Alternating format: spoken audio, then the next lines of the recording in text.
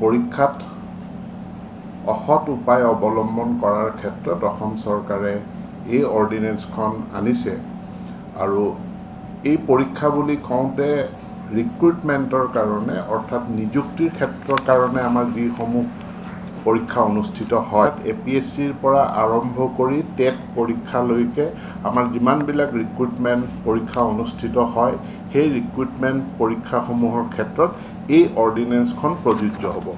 ইয়াতে মূলতঃ দুটা বিশেষ দফা আছে। এটাটো হ'ল unauthorized help in public examinations in the form of material written, recorded, copied or printed.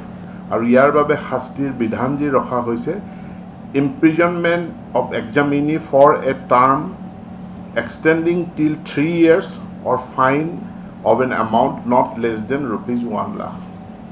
দ্বিতীয়টো হ'ল যে আমাৰ পৰীক্ষাসমূহত আনফেয়াৰ মিনছ বুলি কওঁতে কাৰোবাৰ নামত কোনোবা এজনে পৰীক্ষা দিয়ে, ইম্পাৰ্চনেশ্যন, প্ৰশ্নকাকত লিক হয় বা প্ৰশ্নকাকত লিক কৰাৰ প্ৰয়াস কৰা হয়।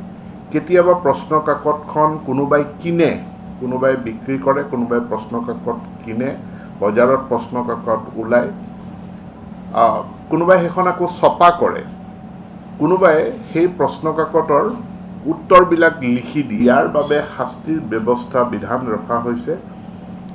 পৰীক্ষাত অসৎ উপায় অৱলম্বন কৰা, তাত প্ৰত্যক্ষ বা পৰোক্ষভাৱে যি জড়িত হয় তেওঁলোকৰ বাবে শাস্তিৰ ব্যৱস্থা ৰখা হৈছে আৰু এই শাস্তিৰ ব্যৱস্থাবিলাক মানে ইম্প্ৰিজনমেণ্ট লগতে তাৰ ফাইনৰ ব্যৱস্থাও ৰখা হৈছে।